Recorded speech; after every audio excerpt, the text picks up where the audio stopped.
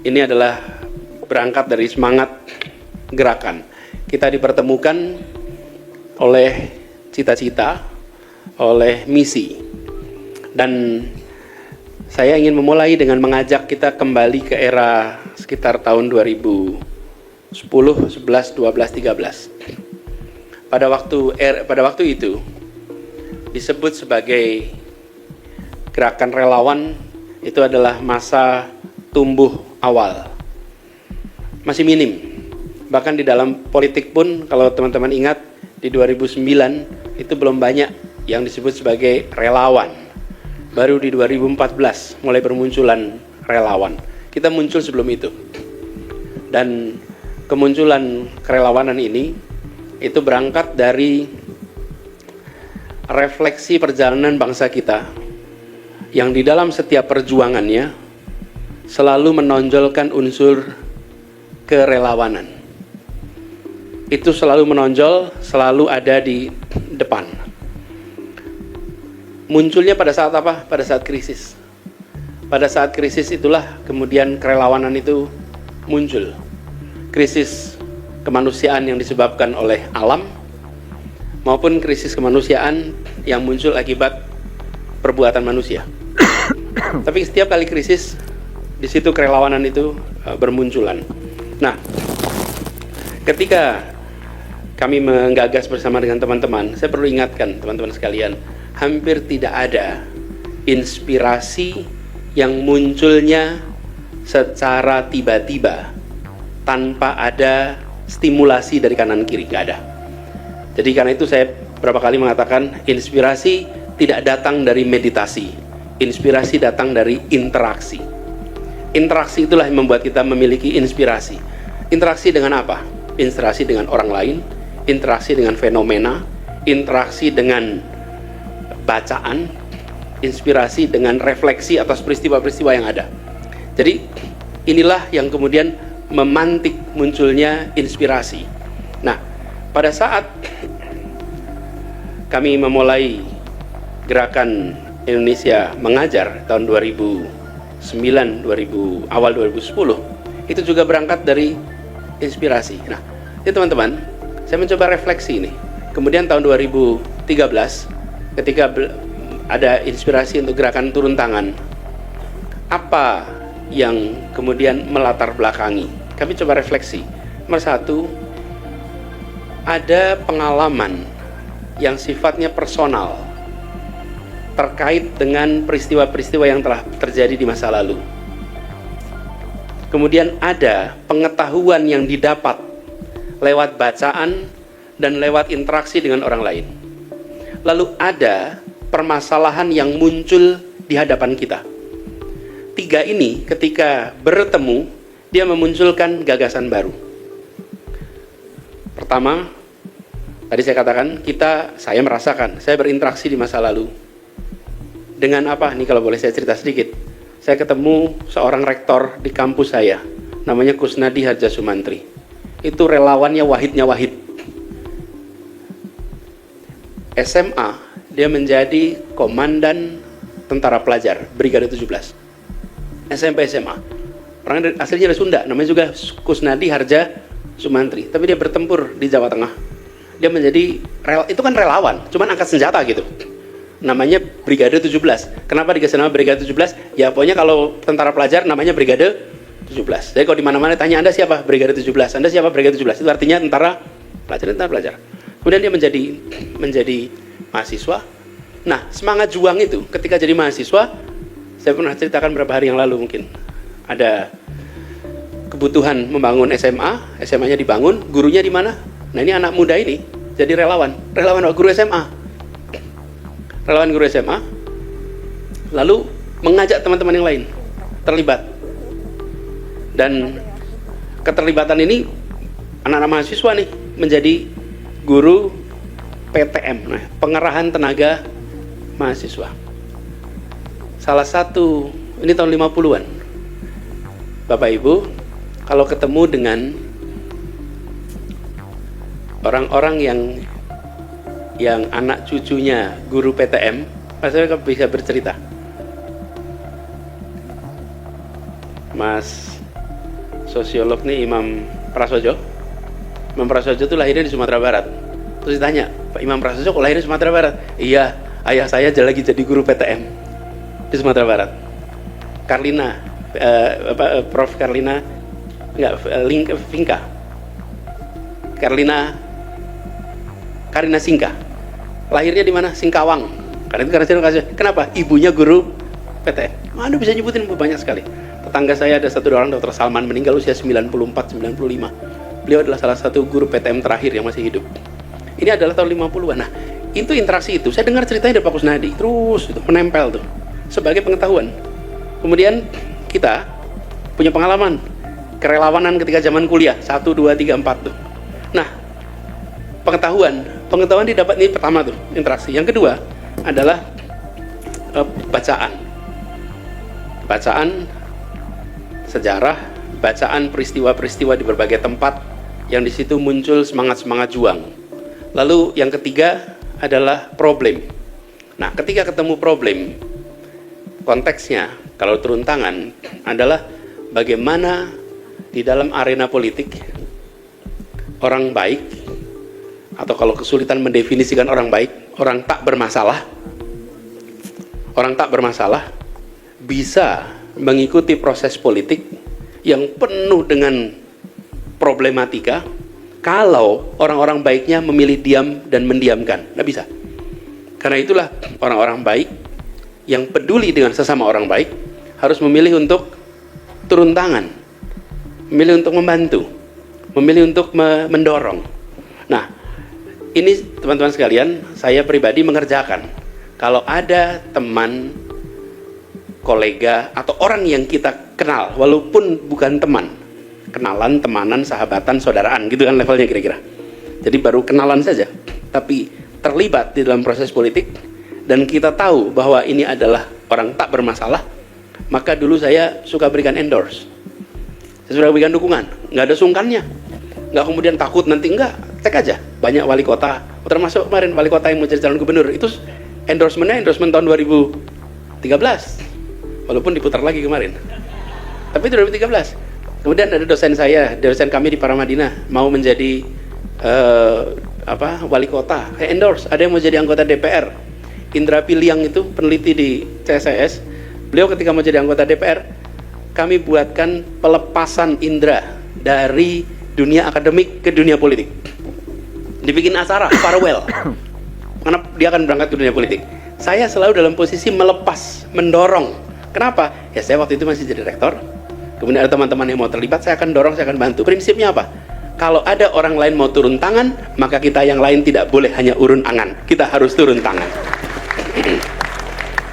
Ketika ada orang lain nih mau turun tangan langsung nih, mau belepotan, mau berhadapan dengan tantangan. Ketika berada di dunia akademik nggak ada yang namanya bully sana sini. Roasting juga sekali-sekali. Kayak tadi tuh. Saya lihat ini seperti total politik Budi sama Ari juga nih. Gantian ya roastingnya nanti. Ada bayaran tambahan nggak nanti? Gini, kalau ngerosting tambahan itu sebetulnya ada secara bayaran gampang. Yang kasihan tuh yang di roasting kalau ada tambahan roasting gitu. Nah, saya mana tadi?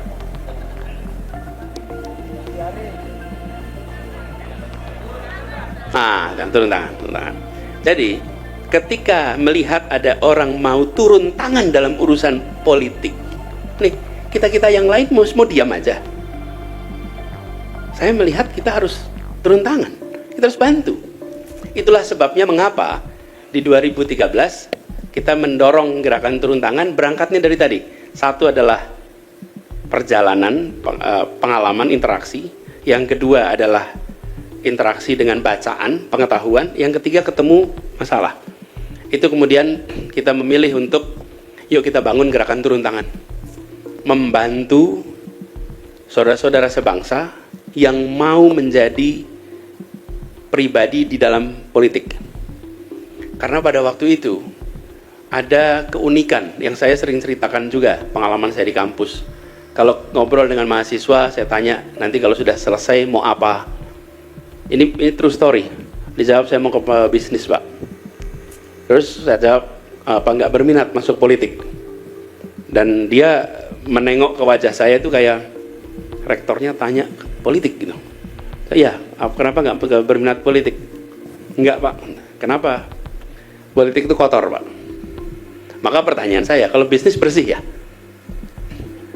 Dan sebenarnya kita tahu pengadilan itu lebih banyak urusan konflik bisnis daripada konflik politik. Betul tidak? Kericuhan lebih banyak konflik bisnis daripada konflik politik. Tapi bedanya kalau konflik bisnis tidak masuk ke dalam public attention karena dianggap sebagai private.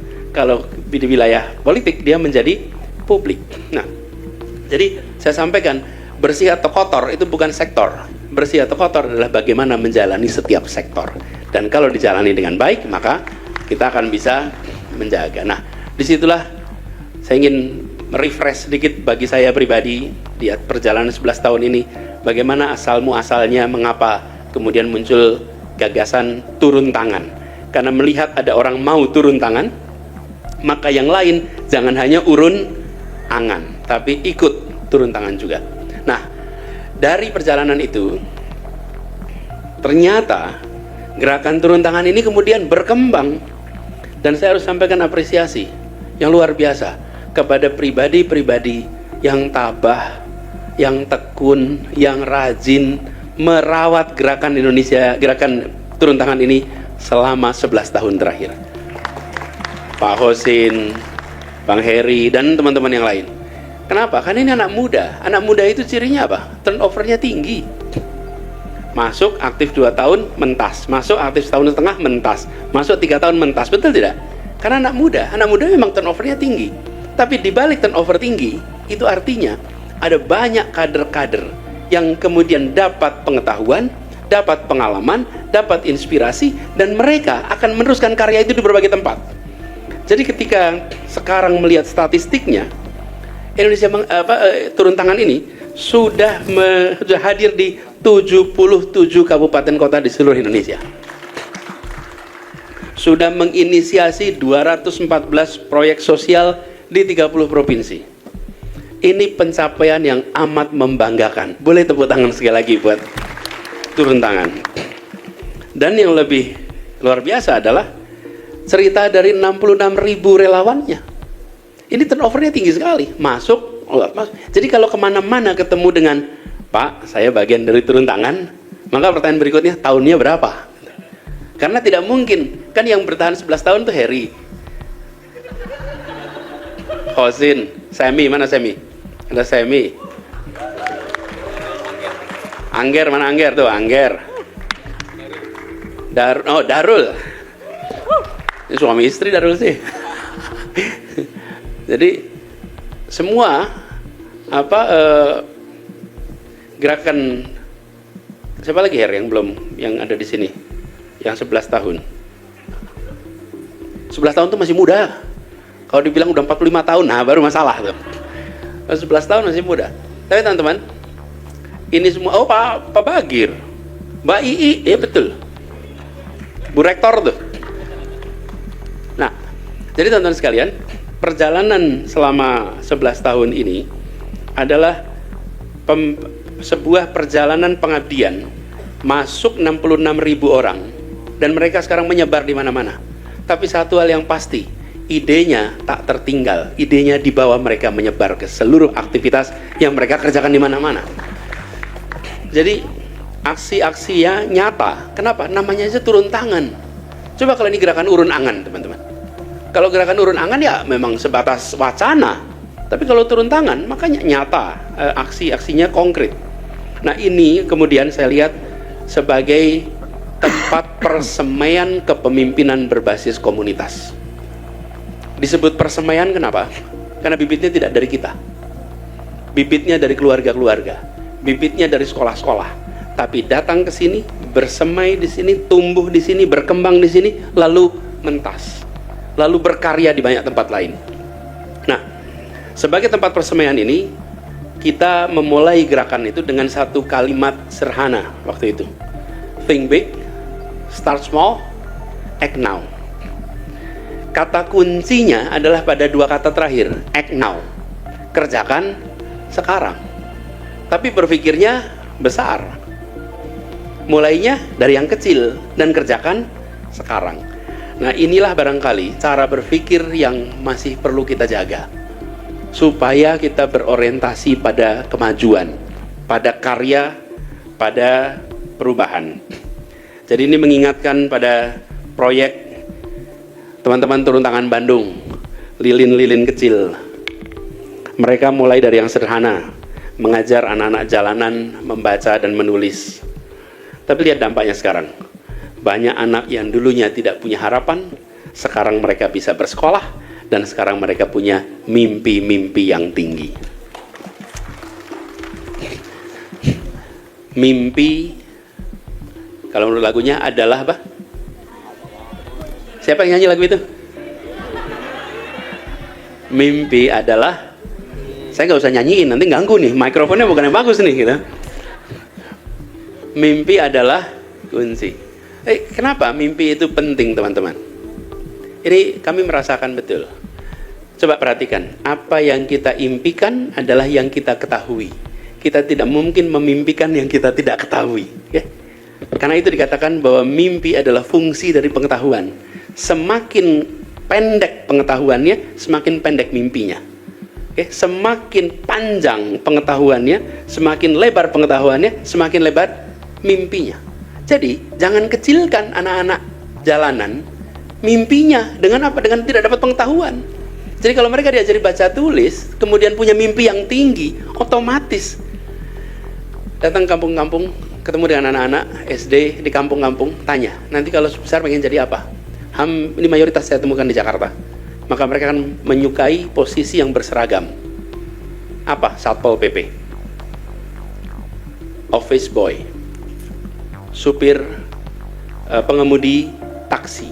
Semua profesi-profesi berseragam yang ada di lingkungan mereka, itu yang mereka bilang ini menarik nih. Pekerjaan yang tanpa seragam itu nggak menjadi contoh. TNI, polisi, nggak berseragam.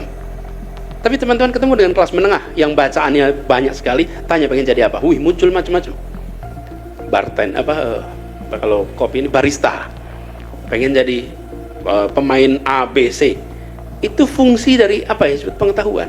Karena itu teman-teman, ketika kami mendengar teman-teman turun tangan Bandung punya proyek lilin-lilin kecil, maka dia sebetulnya sedang menyalakan obor masa depan untuk anak-anak yang hari ini termarginalkan. Kemudian turun tangan Medan yang punya becak pustaka. Siapa yang membayangkan coba? Ide sederhana bawa buku pakai becak coba. Itu atraktif sekali teman-teman. Dan apa sih dampaknya? Berdampaknya bikin anak suka baca. Terobosan-terobosan semacam ini, teman-teman, nampaknya kecil, tapi dia mencerminkan think big, start small, act now. Ini startnya small, nggak usah start gede. Biarkan dia jadi inspirasi di mana-mana. Dan itu yang membuat turun tangan ini beda. Apa yang menarik lagi? Bahwa teman-teman turun tangan ini datang dengan attitude bukan hanya ingin menyelesaikan masalah, tapi ingin belajar dari tempat mereka berkarya. Mau mendengar, mau memahami masalah, dan mau mengadopsi kita biasa sebut sebagai local wisdom. Adopsi local wisdom. Local wisdom itu artinya sebuah kebijaksanaan, sebuah pengetahuan yang tumbuh besar dari pengalaman komunitas selama lintas waktu. Contohnya turun tangan Aceh, ada program Tuta Sawa Gampong. Mudah-mudahan pengucapan saya benar. Mereka tidak hanya memberikan bantuan, tapi juga melakukan pemberdayaan masyarakat lokal. Di Palu, di turun tangan Palu, jaga lingkunganku. Dan bukan saja berbicara tentang mengajari, tapi belajar dari pegiat-pegiat penjaga lingkungan di kawasan-kawasan mereka terlibat. Jadi teman-teman sekalian, dari 11 tahun perjalanan ini, turun tangan bukan sekedar datang, berkarya, berdampak, tapi datang dan belajar dari masyarakat. Lalu ada tambahan yang menarik menurut saya di turun tangan ini. Ada yang disebut sebagai Akademi Relawan. Ini luar biasa. Boleh kasih tepuk tangan buat Akademi Relawan. Kenapa teman-teman sekalian? Jadi masuk ke dalam sebuah kegiatan kerelawanan itu dimulai dengan hati, ada panggilan hati. Teman-teman, kalau nggak ada panggilan hati, nggak tahan jadi relawan itu. Relawan itu pasti dimulai dengan hati. Sehingga apa? Tidak ada kelelahan. Lelah atau tidak itu bukan soal jumlah jam siaga, jumlah jam terjaga, tapi lelah dan tidak itu kondisi mental. Kondisi mental, saya beri ilustrasi. Saya masuk ke toko elektronika 4 jam di dalam toko, itu bertahan tanpa ada rasa lelah. Saya diajak ke toko pakaian baju setengah jam, udah tanya sama istri saya, masih lama nggak? Sama-sama ber-AC, sama-sama nyaman, apa bedanya? Di toko elektronik, toko buku, itu kita bertahan lama, tapi begitu masuk toko baju, udah dah, pilihin aja dah gitu. Yang penting ukurannya nggak bener gitu. Hatinya nggak di situ. Teman-teman, relawan itu begitu. Dia lelah apa tidak, itu bukan soal jamnya. Dia tidak akan merasakan lelah karena hatinya ada pada gerakan kerelawanan. Itulah kekuatan relawan. Nah, tapi semangat dan hati ini harus diiringi dengan pengetahuan, diiringi dengan kompetensi, diiringi dengan keterampilan. Itu sebabnya kita harus membekali dan menarik dengan teman-teman membuat akademi relawan. Dan dengan akademi relawan itu yang asalnya mungkin datang malu-malu, datang khawatir memalukan, keluar menjadi pemberani dan membanggakan. Kan itu satu terobosan yang menarik. Dan harapannya kerelawanan ini nanti menjadi sebuah pengetahuan, keilmuan yang bisa dikembangkan, yang bisa, apa sih sifatnya ilmu itu? Ilmu itu memiliki sesuatu yang telah terstruktur sebagai sebuah bidang, dan ilmu dia memiliki kekuatan untuk melakukan duplikasi, multiplikasi. Lalu program mentoring, ini kesempatan untuk belajar langsung pada teman-teman muda yang diberikan kesempatan untuk memimpin project-project. Dan teman-teman sekalian, kita sekarang di abad 21, tahunnya 24, kita menyaksikan teman-teman turun tangan terlibat dalam gerakan digital. Mulai saya ingat ketika masih awal dulu Wiki DPR, itu langsung muncul sesudah gerakan turun tangan. Kalau nggak salah 2014 ya Pak Sen ya, Wiki DPR. Sekarang namanya Jejak Parlemen. Kemudian pada masa COVID, misalnya pada pandemi, muncul dokter virtual. Kemudian teman-teman juga punya modal kemampuan di dalam pengolahan digital. Kalau kami barangkali migran, teman-teman muda adalah native. Karena itu menurut saya ke depan barangkali ada beberapa peran yang bisa dimainkan untuk memanfaatkan teknologi digital. Kampanye digital untuk isu sosial, isu lingkungan, isu kemanusiaan. Penumbuhan aplikasi platform baru untuk menjawab kebutuhan-kebutuhan praktis di masyarakat. Dan mungkin sudah saatnya di dalam gerakan kita turun tangan memiliki satu unit atau subunit yang fokus pada membaca data, menganalisa data, memperhatikan tren untuk kita bisa bertindak lebih tepat atas masalah-masalah yang dihadapi di masyarakat. Jadi teman-teman sekalian, dengan semangat kerelawanan yang tinggi, proses penumbuhan relawan-relawan selama 11 tahun ini, dan generasi baru yang selalu terlibat, saya rasa kita semua boleh bersyukur menyaksikan bahwa sudah ada lebih dari 66.000 pribadi yang lolos dalam gerakan turun tangan untuk Indonesia. Kita sudah ada 93 basis kerelawanan di Indonesia. Jadi ini bukan hanya gerakan lokal di banyak tempat, tapi sudah menjadi gerakan nasional. Dan konsistensi melakukan Gatnas, gathering nasional yang dijaga dengan baik, itu memungkinkan pertemuan antar aktivisnya, berbagi pengalaman, pengetahuan, berbagi inspirasi, berbagi terobosan yang ini diperlukan untuk generasi-generasi baru. Nah, ini semua teman-teman membuat gerakan turun tangan makin kuat. Tapi juga pengingat, kita tidak boleh berjalan sendiri-sendiri. Kita harus jalan bersama, kita punya misi yang sama, dan konkret memang inspirasi bergerak, aksi berdampak, dan harapannya membuat Indonesia menjadi lebih baik lagi di masa yang akan datang. Nah, apa yang kita bisa kerjakan berikutnya? Apa yang kita bisa lakukan ke depan supaya turun tangan ini makin bergerak, makin menginspirasi, dan aksinya makin berdampak? Saya ingin menganjurkan kepada teman-teman yang belum bergabung di mana saja, yuk kita bergabung dengan gerakan turun tangan yang ada di kabupaten dan kota Anda semua. Datangi, tawarkan waktu, tawarkan energi, tawarkan pikiran. Dan saya yakin teman-teman turun tangan dimanapun selalu terbuka dengan ide-ide baru. Karena mereka pun ketika masuk turun tangan juga dengan membawa ide. Lalu bagi yang sudah menjadi relawan, pastikan bahwa dampaknya makin besar. Dampak selalu terbarukan. Teman-teman, kita ingat pada masa awal kita merasa baru. Ketika sudah bergerak panjang, sebenarnya kita menjadi bagian dari yang lama. Nah, karena itu memastikan bahwa kita selalu punya kebaruan itu penting. Dan kami berharap, saya berharap sekali Akademi Relawan ini dikembangkan. Karena Akademi Relawan ini mudah-mudahan akan bisa menjadi inkubasi untuk pemunculan terobosan gagasan baru. Yang kedua, menjadi tempat mengumpulkan lesson learned yang dibawa oleh teman-teman relawan yang sudah punya pengalaman atau yang baru memulai gerakannya. Jadi buat semua teman-teman, 11 tahun ini mulai dengan mimpi yang sederhana, 11 tahun mulai dengan pikiran yang simple, dan alhamdulillah 11 tahun berjalan dengan penuh rasa bangga bagi semua yang terlibat. Boleh tepuk tangan buat teman-teman sekalian.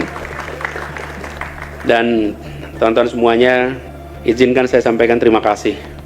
Terima kasih yang sebesar-besarnya, apresiasi yang sebesar-besarnya pada mereka yang mempercayai ide turun tangan, pada yang menjalankan ide turun tangan, pada yang membesarkan gagasan turun tangan, yang merawat gerakan turun tangan, yang kemudian membuat gerakan turun tangan ini makin berdampak di mana-mana. Dan yang namanya dampak adalah pasti perubahan, dan perubahan adalah untuk kemajuan. Kita melakukan dari gagasan yang besar lewat langkah-langkah kecil, konkret, dan langsung dikerjakan. Insya Allah gerakan ini akan terus bergerak, terus berinovasi, terus menantang dan membuat perubahan. Dan kita selalu siap untuk menjawab pertanyaan sederhana. Yel-yel kita gimana ya? Pertanyaan sederhana sekali. Pejuang bukan? Pejuang bukan? Sekali lagi, pejuang bukan? Sikap itu adalah sikap yang harus dijaga. Kalau teman-teman membayangkan perjalanan itu penuh dengan ombak, ombaknya besar, ombaknya penuh dengan tantangan. Kalau teman-teman mau milih melewati ombak yang kecil atau besar? Besar. Kalau Anda peselancar, maka Anda menginginkan ombak yang lebih besar dan lebih besar lagi. Karena disitulah kekuatan dan kehebatan Anda teruji. Tapi kalau Anda bukan peselancar, maka Anda menjauhi itu semua. Saya rasa yang di sini adalah orang-orang yang berselancar untuk menuju Indonesia yang lebih baik, untuk Indonesia yang lebih adil, untuk Indonesia yang lebih sejahtera bagi semuanya. Terima kasih kepada semuanya, dan ingat, kita dibesarkan oleh Indonesia, dan sudah saatnya kita membayar balik bagi Indonesia. Dan membayar balik ini salah satunya dengan gerakan kerelawanan. Indonesia masih membutuhkan relawan-relawan yang bekerja untuk kebaikan.